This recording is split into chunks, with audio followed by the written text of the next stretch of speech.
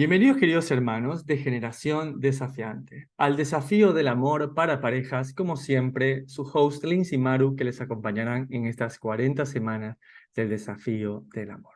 El día de hoy estamos llegando a una de las partes finales, a esta recta final del desafío del amor. Estamos en el episodio 28, el día de hoy, con un amor que sirve en obediencia. Sin más, vamos a conocer a nuestros invitados que están desde la renovación del pacto. Mateo, capítulo 1, verso 18 dice así: El nacimiento de Jesucristo fue así.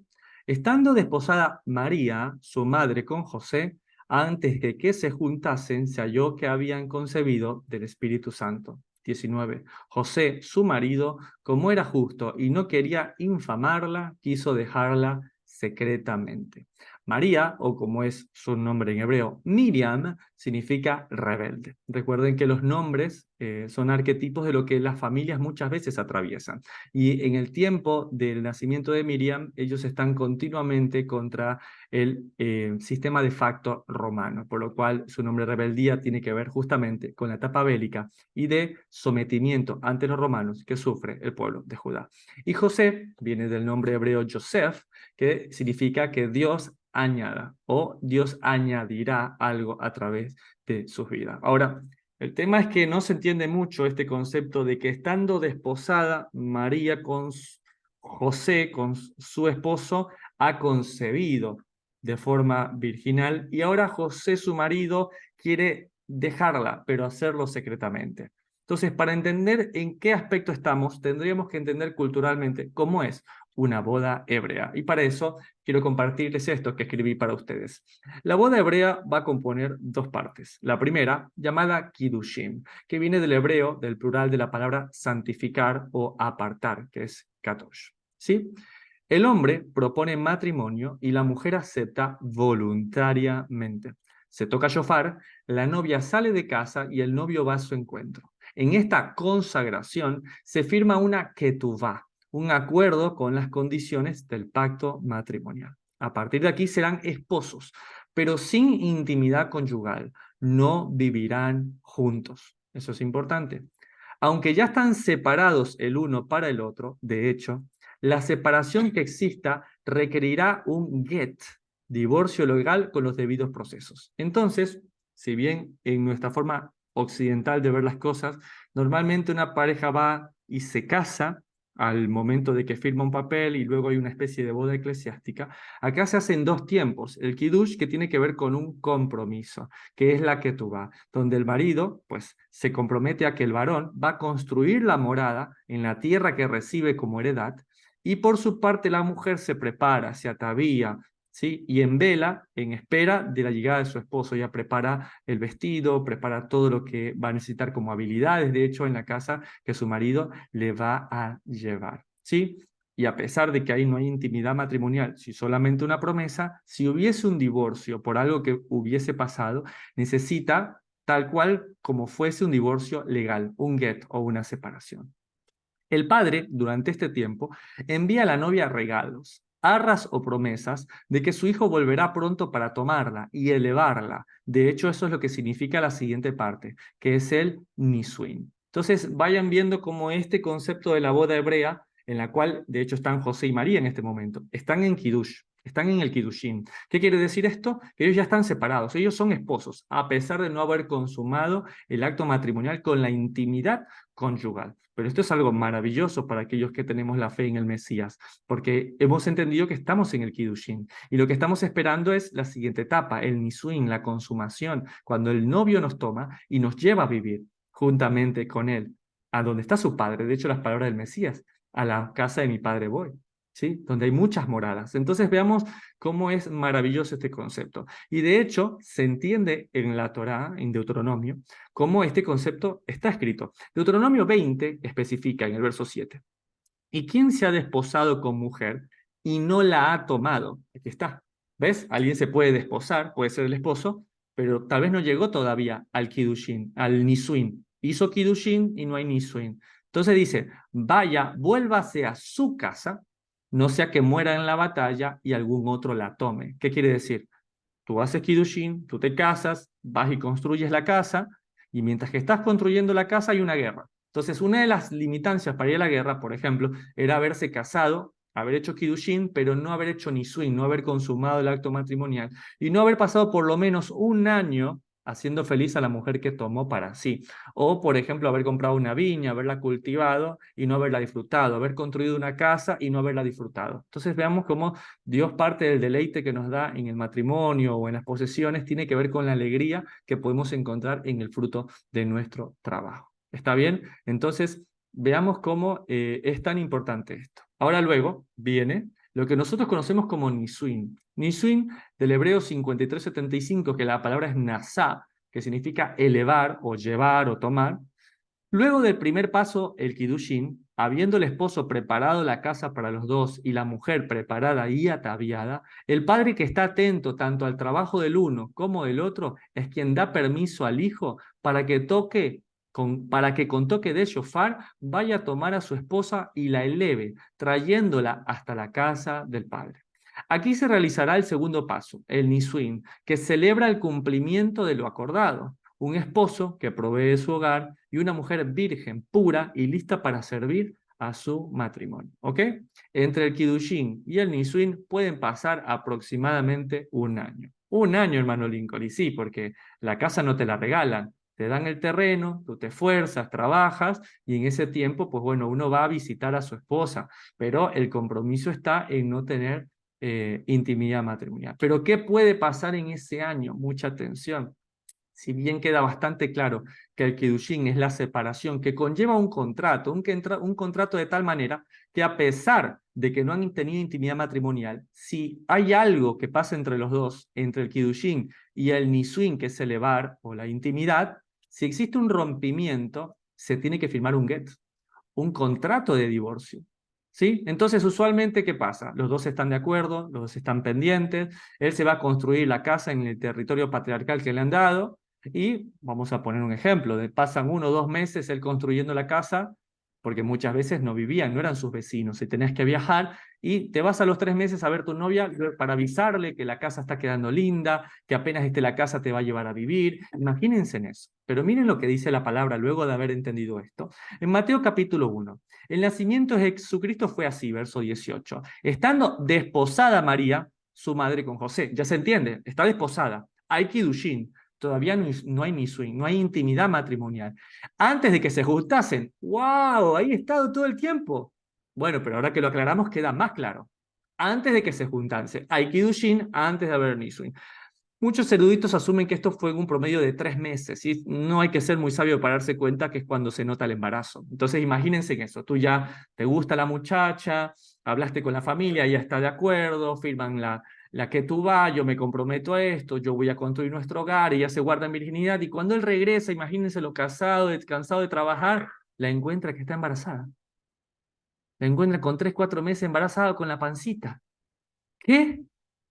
Imagínate, se halló de que había concebido por el Espíritu Santo. Dale, dijo José, por el Espíritu Santo, sí, está bien, sé que eres una buena chica, pero mira, yo no sé, está bien, tú me dices que hay ese relato, me contaste que vino un ángel, está todo bien, pero el verso 19 dice, José su marido, como era justo, y no quería infamarla, quiso dejarla secretamente. Entonces vemos que José no quedó muy convencido del relato, ¿sí? O sea que es un hombre que no es perfecto, no es perfecto, pero era justo dentro de la humanidad, dentro del dolor que le provocó esta noticia, porque habría que ponerse en el lugar de José. Estás trabajando un montón por esta chica, te han dicho que es una excelente mujer, tú también lo crees, y de repente vas y 3 meses de embarazo tiene.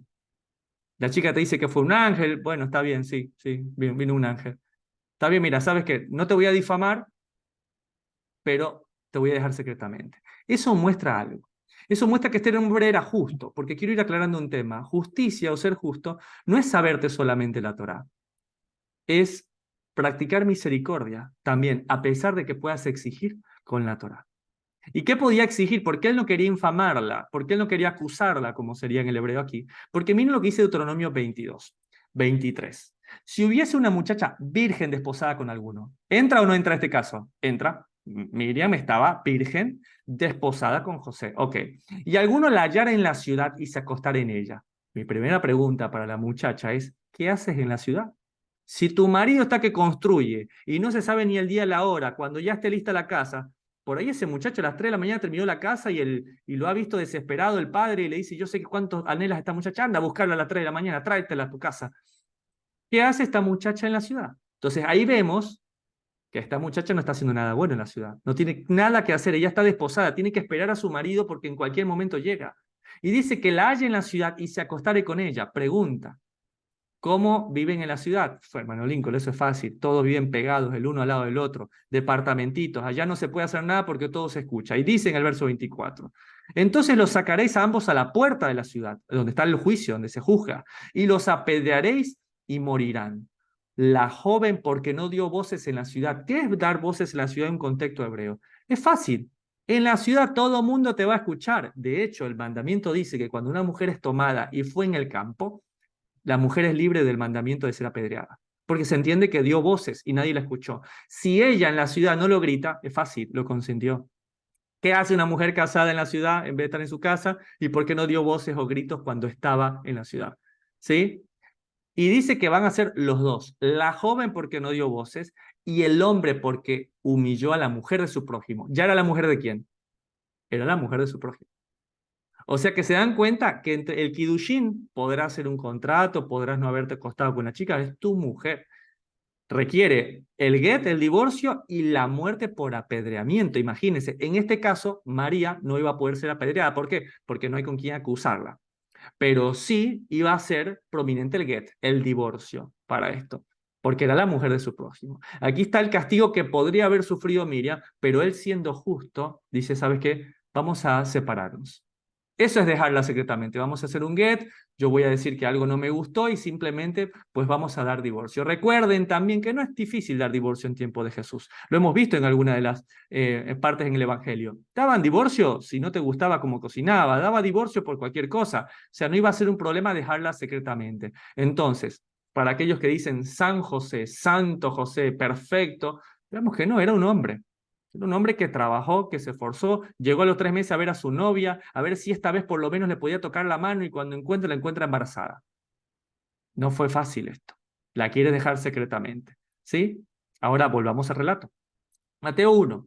José, su marido, como era justo y no quería infamarla, quiso dejarla secretamente. Y ya entendimos que la palabra justo, la palabra dikaios, de donde viene la palabra tzadik, de hecho también en el hebreo, tiene que ver con alguien que busca cumplir los mandamientos de Dios irreprensiblemente. Hermano Lincoln, eso lo vimos en la sesión pasada, totalmente. Ahora, esto nos muestra un principio. Justicia, ser un justo o una justa, no es seguir solamente cada uno de los mandamientos de Dios, sino mostrar misericordia, incluso cuando pudiendo ejercerla para otras personas, decidimos perdonar. ¿Se dan cuenta? Tú no dejas de ser más justo, pues si una mujer, en este caso José, le falló aparentemente, no la difama, sino que la deja secretamente.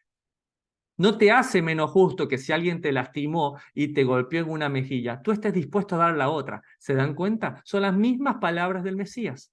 Entonces, la justicia no radica en cumplir solamente la Torá, sino que cuando te compete a ti, tú decides ejercer misericordia.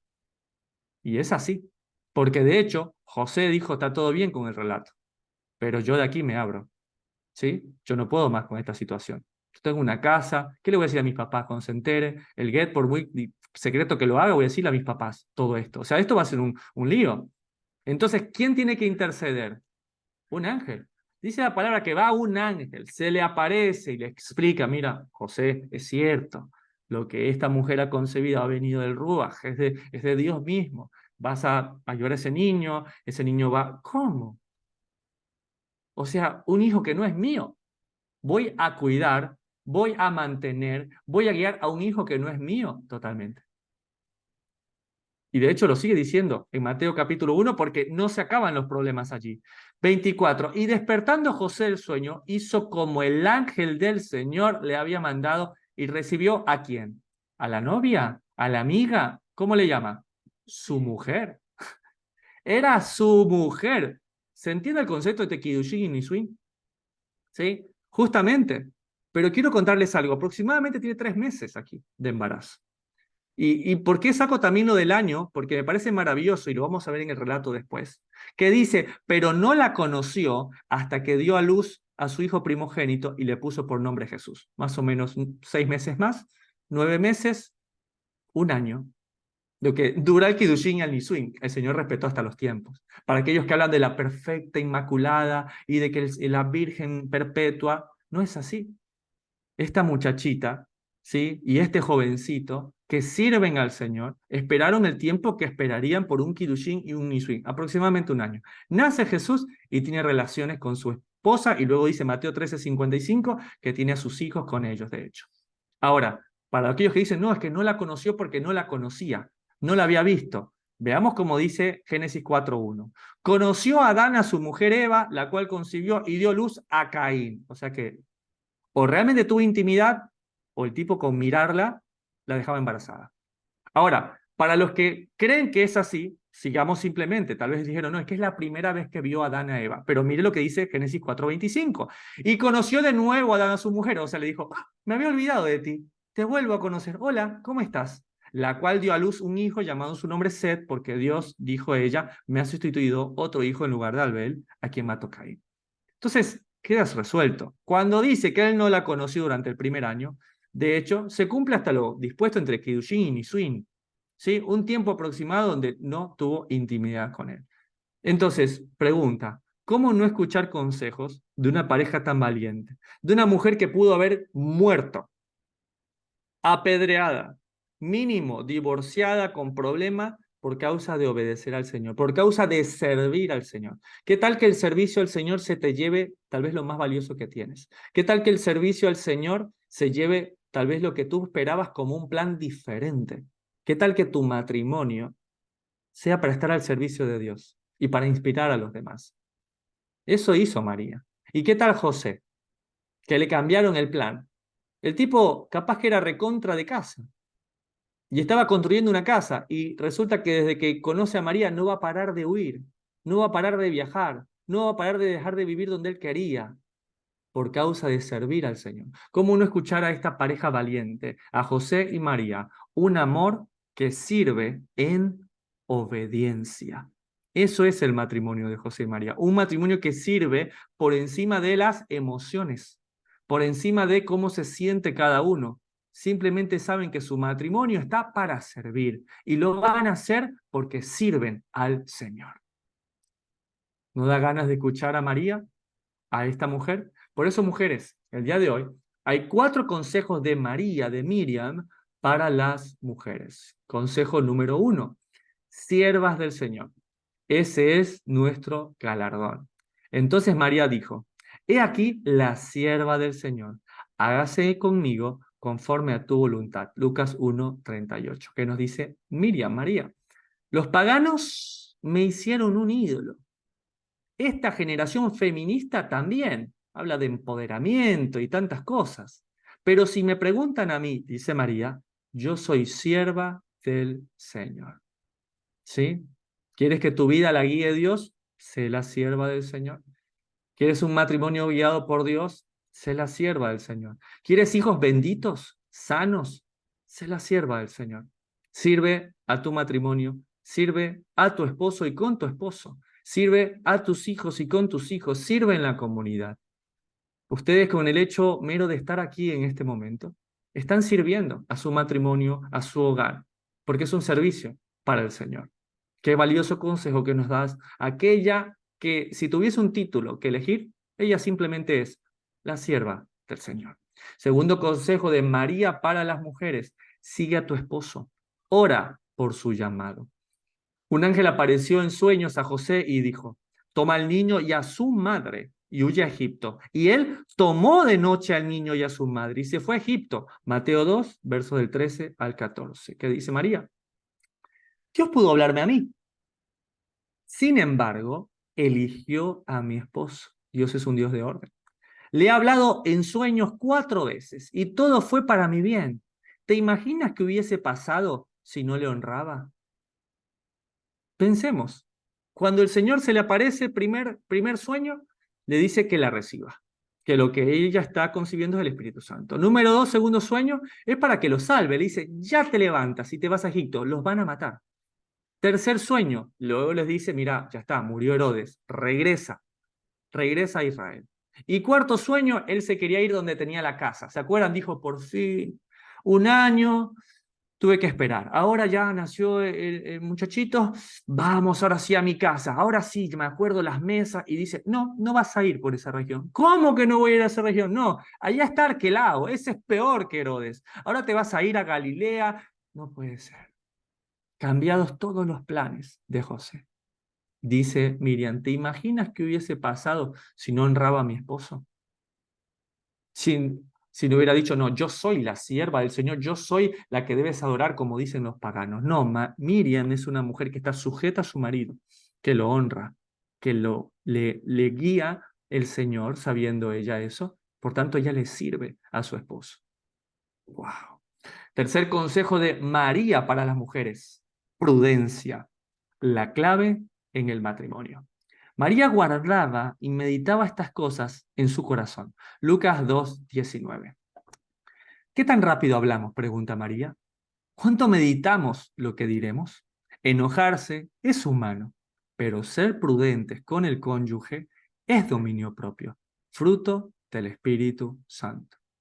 Muchas veces pedimos a Dios que cambie nuestro carácter, cuando realmente es esa la oportunidad para desarrollar, para cultivar un fruto que no es de este mundo, que es un fruto espiritual. ¿Cuál es el dominio propio? Normalmente nuestra naturaleza pecaminosa tiende a que cuando nos sentimos lastimados o heridos, ¿sí? Tendimos a no querernos dejar lastimar, ¿sí? A enseguida ensañarnos e ir en contra de la persona que nos ha lastimado. Sin embargo, vemos cómo constantemente el maestro nos lleva a airaos, mas no pequéis. ¿Sí? Toma un tiempo para pensar, pero no progresen tus palabras, que no progresen tus actos. De hecho, está escrito, no dejen que su enojo vaya juntamente o prosiga después del atardecer. ¿Sí? Entonces, el hecho de todo tiene un tiempo, ¿sí? Aún para el enojo, no puede pasar más de un día. Cuando el sol se va, el sol debe irse en nuestro enojo. Lo hemos visto en otras partes, por ejemplo, cuando es el luto, está determinado un mes de luto también para la pérdida de un familiar. Entonces, todo tiene su tiempo. Cuarto consejo de Miriam para las mujeres. Tu matrimonio bendice a tus hijos. Y el niño crecía y se fortalecía y se llenaba de sabiduría. Y la gracia de Dios era sobre él. Lucas 2:40. ¿Sí? Entonces, cuidar el matrimonio es la fuente de bendición para sus hijos. Claro, dice María, que Jesús era un niño especial, como para todas las madres, ¿no? Pero Dios nos eligió junto a mi esposo para enseñarle a amarlo y cuidarlo. El primer ejemplo somos nosotros, ¿sí? Finalmente, nuestros hijos es lo que se van a llevar, ¿no? Lo que ven como relación matrimonial con sus padres. Y recuerden que el Señor no está buscando de nosotros que seamos perfectos, sino que lo intentemos cada día. Gracias, María, por estos maravillosos 4 consejos para las mujeres. Caballeros, prepárense. Llegan 3 consejos de un varón considerado justo, de un hombre que soportó lo que muchos de nosotros tal vez no podríamos haber soportado, pero sin lugar a dudas fue alguien que dejó todo por servir al Señor. 3 consejos de José para los varones. 1. Sé justo aunque duela. José, como era justo y no quería infamarla, quiso dejarla secretamente. Lucas 1:19. ¿Qué hace el mundo en una situación como esta? Lo publica, difama. Ser justo no es solo obedecer, también es misericordia. Entonces veamos cómo realmente hoy en día podríamos saber que en caso de una sospecha de infidelidad o de alguien que nos lastimó, pues lo que terminamos haciendo es haciéndolo público. Ya hemos escuchado parejas que han hecho canciones, han hecho videos difamándolo uno al otro. ¿Para qué? ¿Sí? Pues realmente cae en decadencia cada vez más la prudencia de cada uno de ellos y cómo eso termina afectando a los hijos y a la familia. Y luego, para enterarnos que ahora se vuelven a reconciliar y que finalmente todas las canciones y todos los videos han dejado expuesto algo que debió haber sido puesto en intimidad. Por eso creo que este consejo llega para los dos. Ser justo, aunque duela. Segundo consejo valioso de José para los varones. No quiera ser perfecto. Anhela ser obediente. Un ángel en sueños le dijo, toma al niño y a su madre y huye a Egipto. Y tomó de noche al niño y a su madre, se fue a Egipto. Mateo 2, versos 13 al 14. El mundo quiere perfección de ti, que nunca te equivoques. Y ¿sabes qué? Nunca va a ser suficiente. Por ello, mejor lucha por ser obediente y verás la recompensa que viene del Señor. Amados, recordemos que Dios no busca perfección de nosotros. Dios busca el deseo de ser perfeccionados constantemente. De hecho, eso significa la palabra en hebreo tanim, que significa perfecto. Alguien que es moldeable constantemente. Alguien que tal vez se puede enojar, pero no avanza al pecado. Alguien que, en caso de que peca, pues se arrepiente. Lo hemos estado hablando constantemente, ¿sí? El deseo que debemos tener todos como pareja, ¿sí? De entender que tal vez no seamos perfectos, pero sí volveremos a intentarlo cada día. Tercer consejo y último, varones, de José, para nosotros. Ama al Señor. Ese amor es infinito. Iban sus padres todos los años a Jerusalén en la Pascua, y cuando tuvo 12 años, subieron a Jerusalén conforme a la fiesta. Lucas 2, 42 y 43. José es un ejemplo. Vamos a escuchar sus palabras.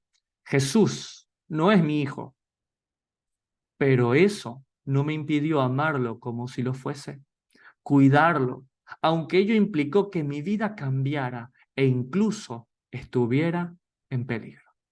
Entonces veamos cómo el amor que proviene de Dios hizo que José amara a un niño del cual era consciente de que él no era su padre.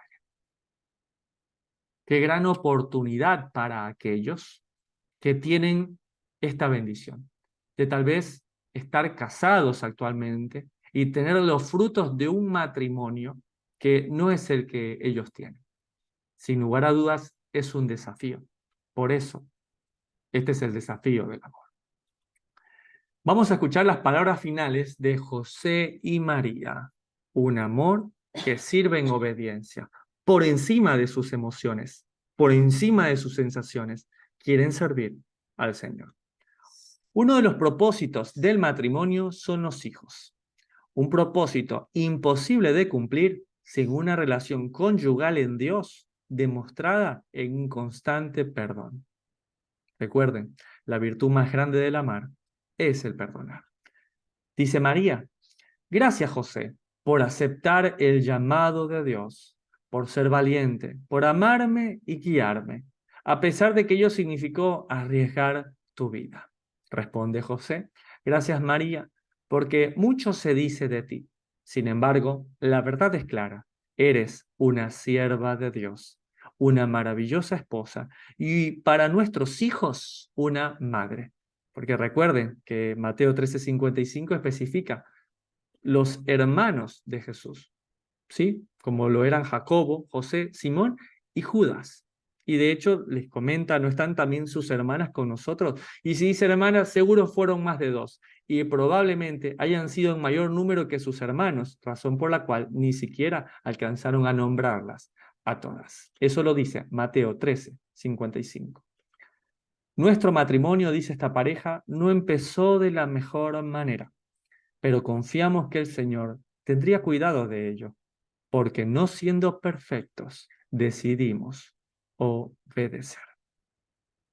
Gracias, José y María, por enseñarnos un amor que va por encima de las emociones, por encima de las ofensas, porque es un amor que obedece al Señor. Vamos a hacer nuestro compromiso del día de hoy. Me comprometo a ser un matrimonio que sirve a los demás. Ser siervos del Señor es el galardón que anhelamos. Es el mismo galardón que anhela María, que anhela José y que debemos anhelar todos nosotros como matrimonio. Ser un matrimonio que pueda servir a las demás personas. Y lo hacen cada vez que están aquí, a pesar de sus dificultades, de sus problemas y sus vicisitudes. El segundo compromiso es, me comprometo a orar por la guía de Dios en mi matrimonio. dejando atrás la crítica y dando paso a la misericordia. Este matrimonio también nos enseñó esto. Nos enseñó que la justicia no es solamente saber los mandamientos de Dios y aplicarlos, sino también que cuando podamos ejercer misericordia, también lo podamos hacer sobre la otra persona. ¿Y qué mejor? Sobre nuestro cónyuge. Y tercer y último compromiso, a no ser un matrimonio perfecto, pero sí obediente. Parece mentira, pero es algo que debemos ser bastante conscientes cada uno de nosotros.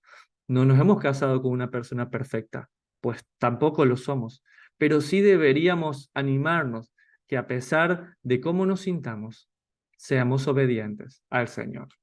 La obediencia no está supeditada a nosotros, sino a quien es el Señor. La alabanza, ¿sí? El alegrarnos, el bendecir, no está supeditado a cómo te sientas con tu esposo o tu esposa, a cómo está la relación con tus hijos o con tu trabajo, sino tiene que ver con lo que es el Señor. El Señor es digno de honra, el Señor es digno de alabanza. Si tu esposo falla, recuerda que Él no te falla. Si tu esposa falla, recuerda que Él no te falla.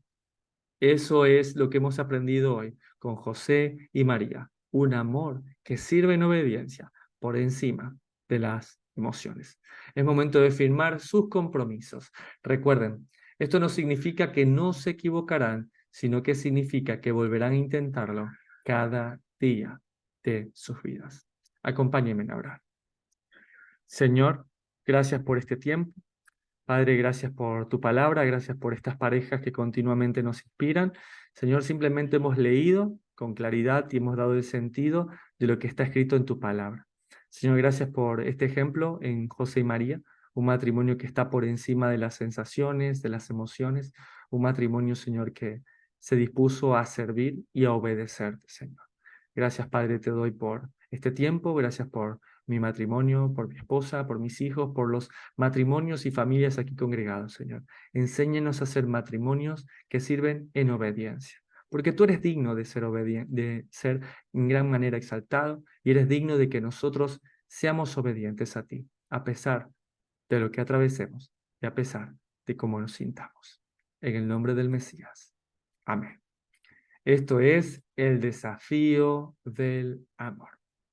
Hasta acá llega la grabación del día de la fecha.